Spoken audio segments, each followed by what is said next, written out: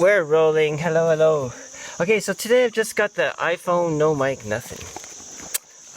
So not the sound usually isn't quite as good just off the phone, but hey, it is what it is. I'm back for a water walk. Whoo, it's hot. Naron Maleo, Naron Maleo. The hot season has arrived.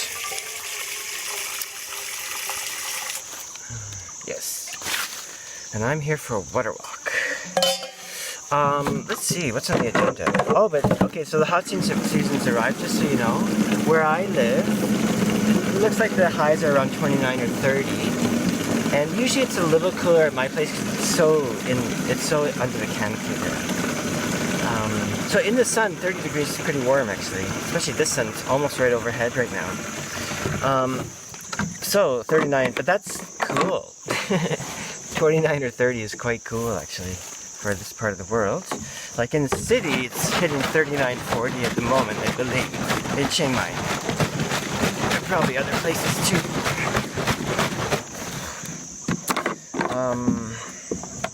Now that's hot no matter how you look at it, I figure.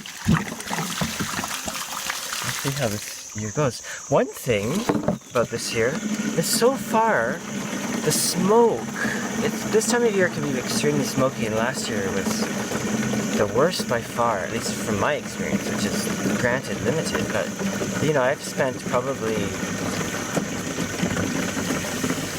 7 or 8 seasons here when it was a smoky time of year, from the burning and stuff. So I have some experience with it. This year so far, it's there for sure, but it's nothing like last year. Last year was unbelievable. Like it was like the worst, hitting worse than the world records, like worse than Delhi and stuff in the city. Up where I am, you know, it's about 1,000 meters where I am, and generally speaking, it's a different story. Although there are a few days where, even where I am, it crept up, you know. Anyway, so water's flowing good today, even though it's been dry like crazy.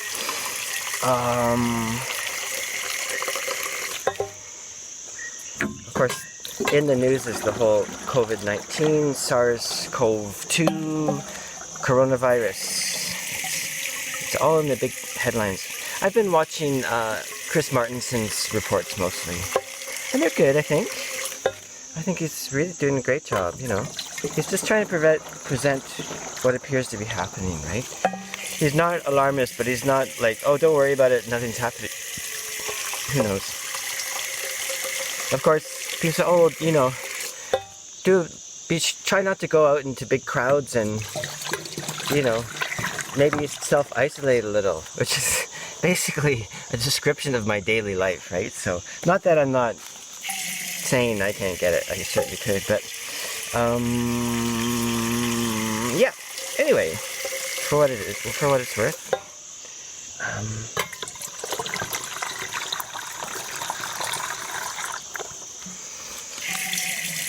who knows?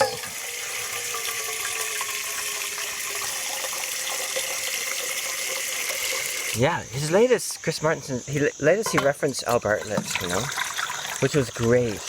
If you've not, I'll try and link in the Facebook thing anyway. I'll link Al Bartlett's lecture, and there's an interview with him that's quite good too. So Al Bartlett, I think, is one of Chris Martinson's sort of heroes, right? He talks about doing a presentation in Colorado with Al Bartlett in the audience. I could just imagine how nerve-wracking that must be, because Chris Martinson does all this economic type stuff. Discussions and things. Not just though, it's related to, as of course it's all related, right? Economy, energy, environment, it's all tied together.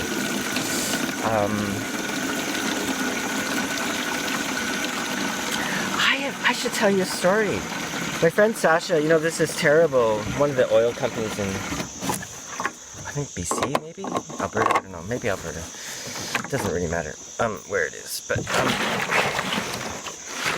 They did this sort of, this pretty ugly sticker with this girl with braids, the back of the girl with braids, with the word Greta, obviously referencing Greta Thunberg.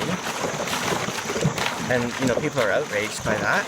It's just quite reasonable, because it's implying sexual assault, although... Anyway. Yeah, so that company's going to get in trouble probably. But what it made me think of, and my friend Sasha, I'll tag Sasha on this too. My friend Sasha posted a kind of a petition or something to get the CEO of that company to quit. He said some stupid things too, right? Oh, well, she's of age. I'm like, really? How dumb can you get? Anyway, but I sort of commented on her post. I said, look, when oil and gas is concerned, you just, in my advice would be, do not go anywhere near that shit. Whether it's Fort McMurray, in East End on my long ride even, I was hearing these tales of, because there's a lot of gas now, gas exploration down there in southern Saskatchewan, right? Southwest Saskatchewan.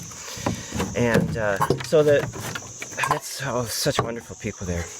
Anyway, so I was hearing some tales of, like, all of a sudden they have to lock their doors, and people are, like, drunk and screaming on the streets late at night, and you know, it's just a tiny, beautiful little town in the prairies, right? So that's what happens with that, right? So the story I want to impart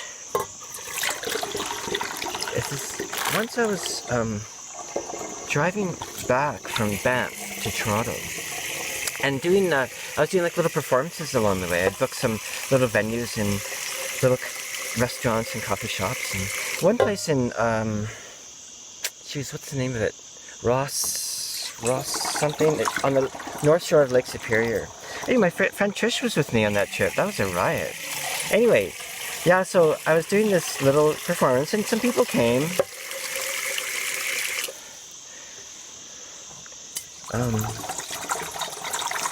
Some people came to watch, and some people came from, like a couple of native women came to watch from quite far. I think they traveled. It was really great, you know.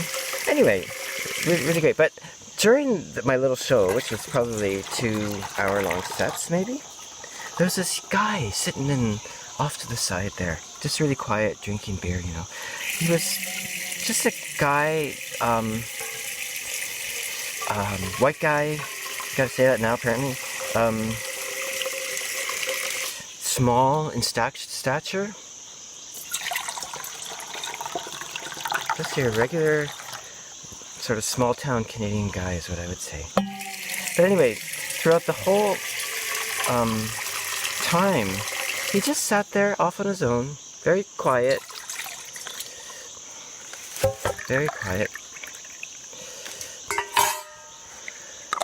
you know, quiet, respectful,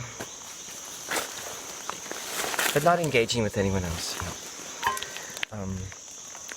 So afterwards, I was sitting around with Trish and some other, and maybe the owners of the restaurant, and some people we're just hanging out, talking, shooting shit. Anyway, and he says he sort of joined us, and he sat with us. He was really quiet, and he's just like this, and he goes, and there was a bit of a lull in the conversation, and he just went, "Oh man, I was just kidnapped," and everyone just went, "What the hell?" He says, "Yeah, man, I was just kidnapped." And so we said, well, I guess you better tell us the story here. So he was working in Fort McMurray, which is, for people who don't know, it's sort of in the northern third of Alberta. It's where all the tar sand stuff is happening, all that controversy and stuff. Anyway, and he hang on a sec.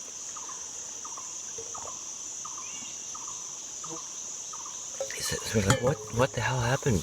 He says, yeah, man, I was kidnapped by these guys, and they're all, the thing about places like those places is people are drunk and ripped out of their minds on drugs, you know. It's insane. It's a lot of money, mostly young men, and crazy, right?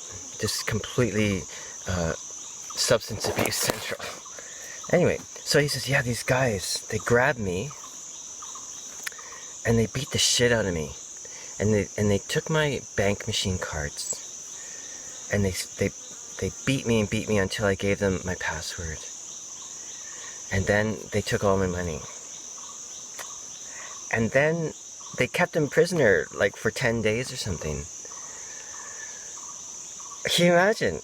And then he said, yeah, and then I went to RCMP, which is the National Police Force, as well as the Provincial Police Force in Alberta and other places in Canada, some provinces. So I went to the RCMP and told them, and they just said, oh, there's nothing much we can do about that. I'm like, really? Maybe he didn't know where they were, or, do you know what I mean? Like, he probably didn't know where the hell he was and everything, right? Anyway, so that was that story. So he was left penniless and trying to get back to his family town in Southern Ontario somewhere. Yeah, I had a real Southern Ontario accent, like rural, small town accent, which I know well. Anyway, yeah, so that was that story, right? And that was just an illustration of what those places are like. Like, to me, when I see that terrible sticker picture of Greta, I said, well, how can anyone be surprised that would happen? Worse things are presented, and more, if you were to listen to some of the conversations going on, I'm sure you'd pretty much curdle your blood, right? A lot of it's talk, for sure, but not all of it. We need to remember, right? That's a terrible. And also, there's who was it? Damn, I can't remember the writer right now. Canadian writer was writing about, I guess Peace River area, like, shoot, what's the there's a town in BC, in Peace River. Anyway, that's also a big gas area, and he was talking about the troubles, because there's native populations around there. He was actually talking about trap lines and things, but in this particular book, he went on to talk about the interaction between the native groups and the oil and gas industry and the people in it, and substance abuse, and all that stuff that collides, right? None of it comes out of nothing, I think, and it's heart-rending to hear about it, right? But anyway, like when I saw a sticker like that, I went, yeah, that's not a surprise at all, that some asshole would come up with that idea, right? Well, I think the petition's good, get rid of the CEO, but it's not going to stop anything. But nonetheless, it's that particular thing's getting a lot of attention, and that's good, I'd say. But the other thing is, my friend Trish she's Canadian, but living in London, or England, and she sort of recounted some stories from London where that was happening, where people would just kidnap someone, beat the hell out of them, get their banking cards, steal all their money, and still just not let them go, but keep them prisoner, but expect them to party with them. Do you know what I mean? Like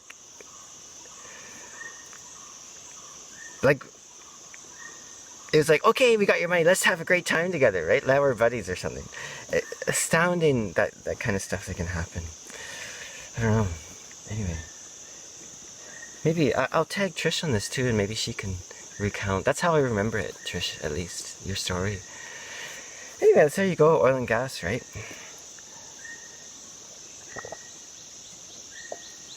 So, what did I write in Sasha's?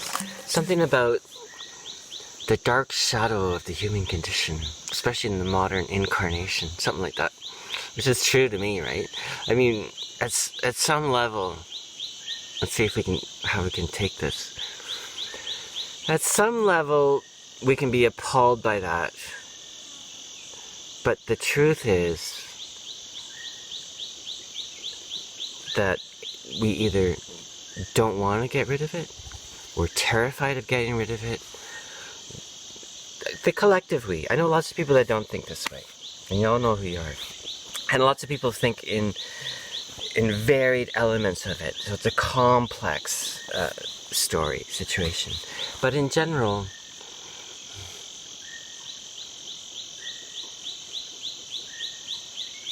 I don't know. I think that oil and gas is like,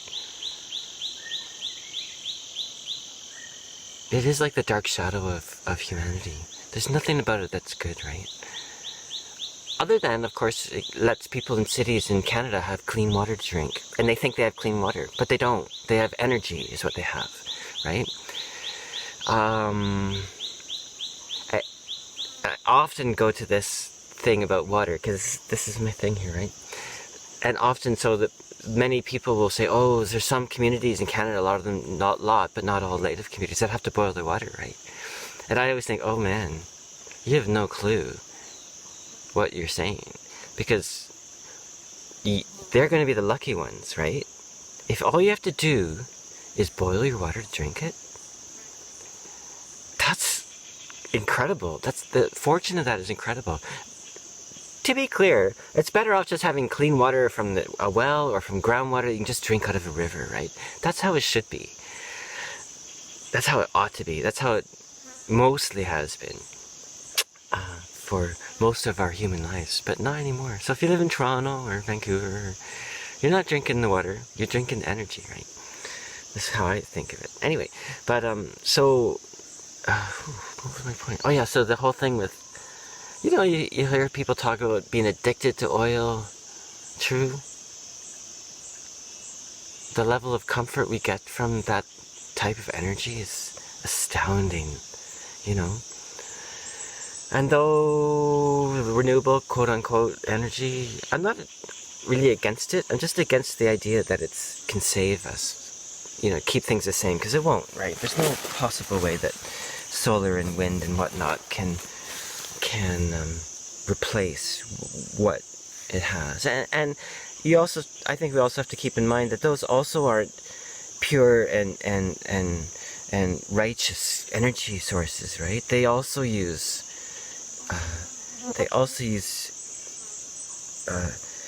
high energy to make them, right? You're not gonna make a wind turbine from electrical power, smelting iron and stuff, and mining, environmental collapse of mining, and then you get into starting to talk about things like lithium and batteries, and anyway, it's a rabbit hole is what it is, right? Doesn't matter where you go, you're still gonna fall into it. You can mitigate it and make it lesser. And maybe that's, some people say, oh, it doesn't matter what we do, it's what the corporations do. It's like, well, that's a good point, actually. But no, we're all in it, or no, or you just, whatever.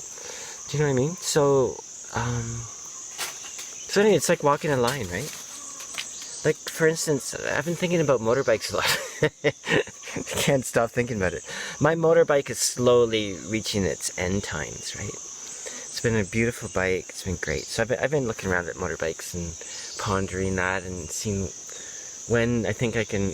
So I'm just basically saving up for a new bike, and we'll see what I get when the time comes. And anyway, but that's a perfect example of, right? I could not have a motorbike. That would make my footprint less, right? I could just walk everywhere, but you know.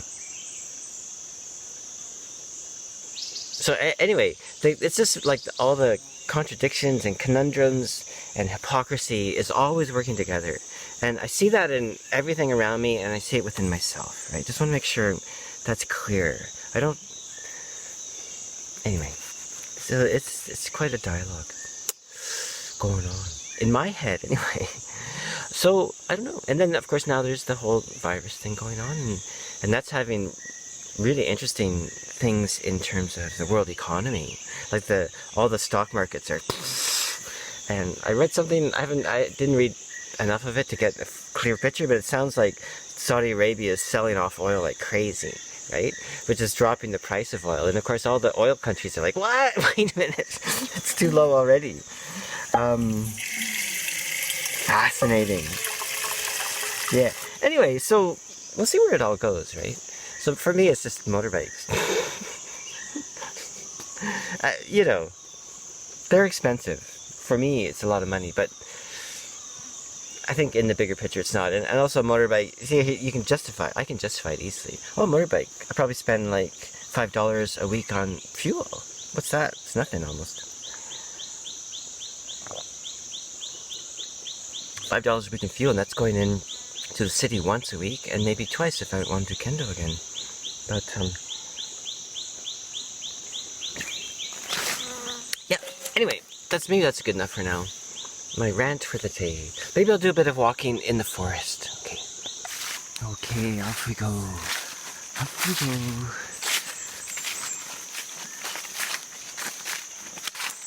I've said a few times that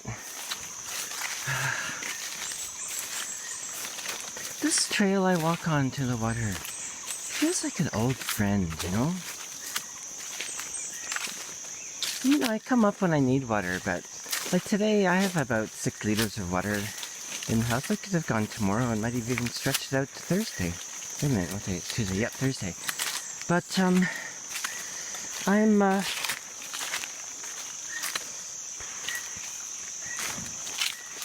I thought this morning I woke up and went, you know what? I feel like a nice stroll in the forest. And so at this time of year it's important to come early-ish. So usually when I'm at this time, I usually come like head out of the house at 10 or something after a nice relaxing breakfast, you know. And yeah, I thought, oh, it'd be really nice to see my old friend, the trail. See what's happening on the trail. It's always a little different, you know. But it's also always a little the same.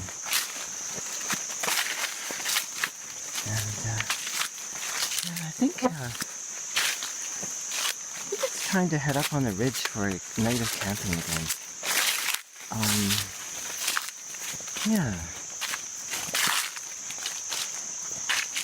A night of camping.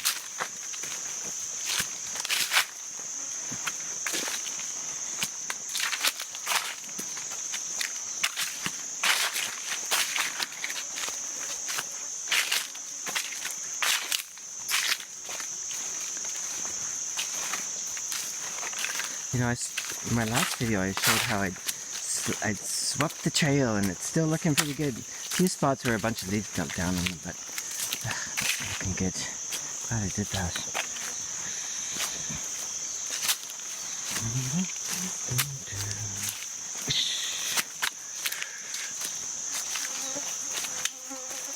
So it looks like this project that I call Goze in the foothills of the Himalaya is going to happen again this year.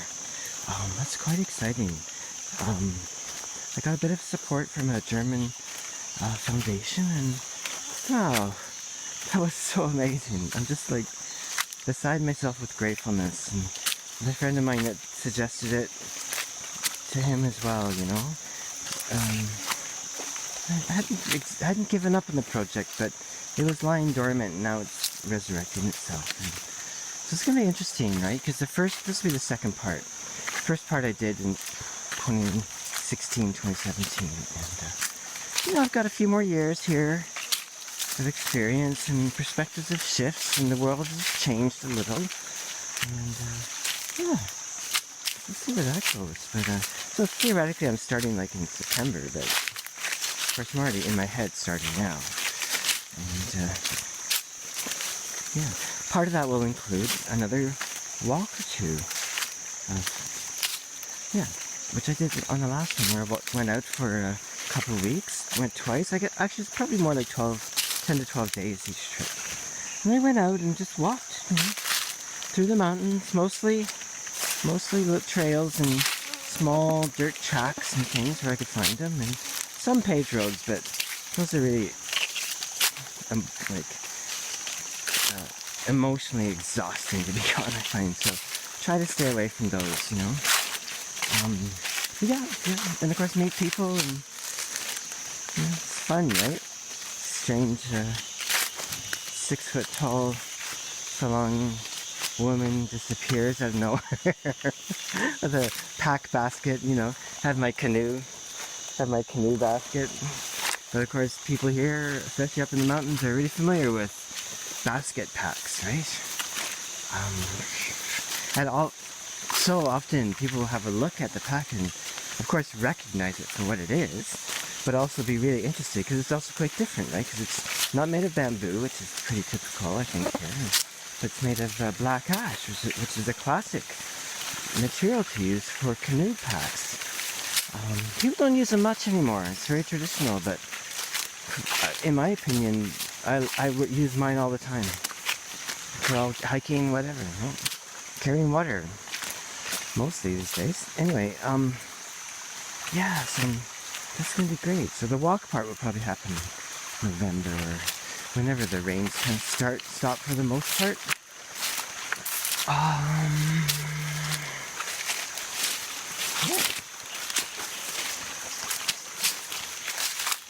Let's see what else is new.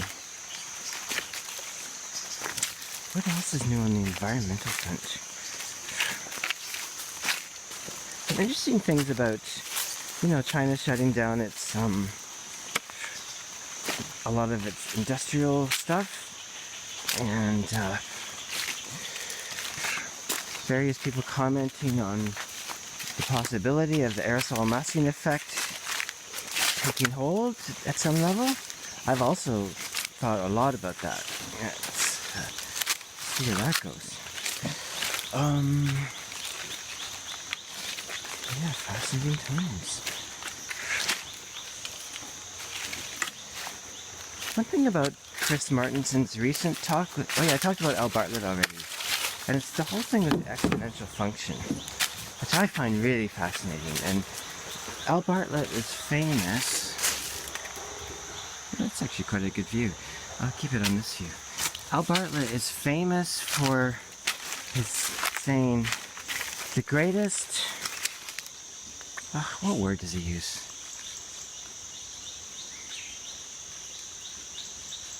Shoot, I can't remember. Something like the greatest fault, it's not fault, but of the human race is the inability to understand the exponential function. Right? He did a fantastic lecture that's on YouTube. And yeah. Anyway, the exponential function aspect of things is something that I think about a lot in terms of environmental, what word should we use? Collapse is the word most we use, and I kind of want to use a different one because it has a, maybe destabilization. I could use all these words. Look at this, eh? Isn't that something? Beautiful orange tones from, I think they're really dry right now. Yeah, so I think that a lot about in terms of systems, you know, ecological systems, financial systems, the exponential potential, we'll say, because things don't always go exponential until the end, right? Like a disease can go, like some of this virus stuff looks like it's been exponential and then it kind of leveled out, right? So that can happen too, of course, but like it's leveled out in China, it sounds like. I mean, who knows for sure. But, yeah, so exponential, oh man. See, right, this time of year the air is so, well, it's actually a little bit smoky. But it's sort of like you can see it.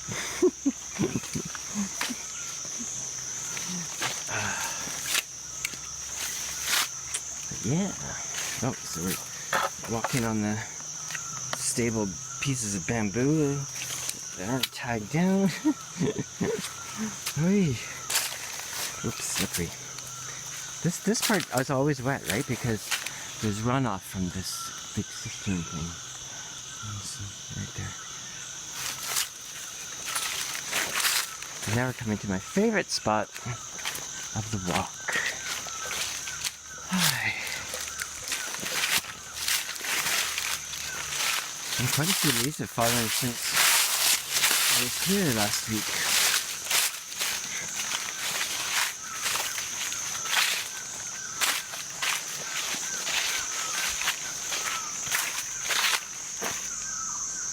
There's a beautiful, there's this tone to what I can see on the screen of the phone. There's this tone. I don't know how to describe it. I guess it's a kind of warm tone. But just, man, I just don't know how to quite describe it. There's some memory of some fairy tale drawings I have from when I was young. And this particular kind of color was part of that. And whenever I see that color, which is what I just saw in the trees and stuff here, I just fills me with, I don't know how to describe it. It's almost like a kind of joy. You know, like it's just, and part of that must be some sort of memory trigger, you know?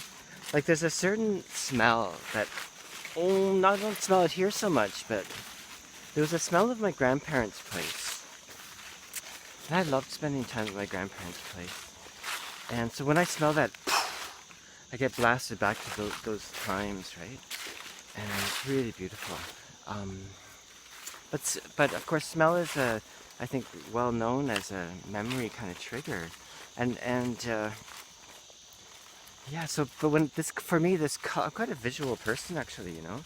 So when I see these colors, I have a very similar response, and part of it's remembering these pictures from the fairy tales, and probably the time I probably read those fairy tales with my grandparents, right? That kind of thing. Anyway, so yeah, so I was just watching that going, oh, so beautiful. Yeah, anyway, for what it's worth, I guess I'm going to sign off.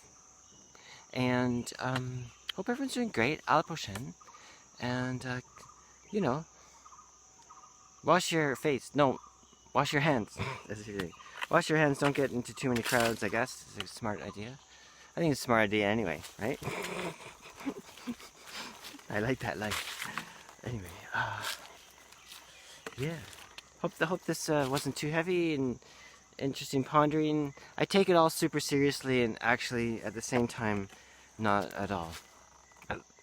Can't help but laugh, I guess. Okay, ciao. Let's look at that. Eh? Woo. Ciao. À la prochaine. Bye bye.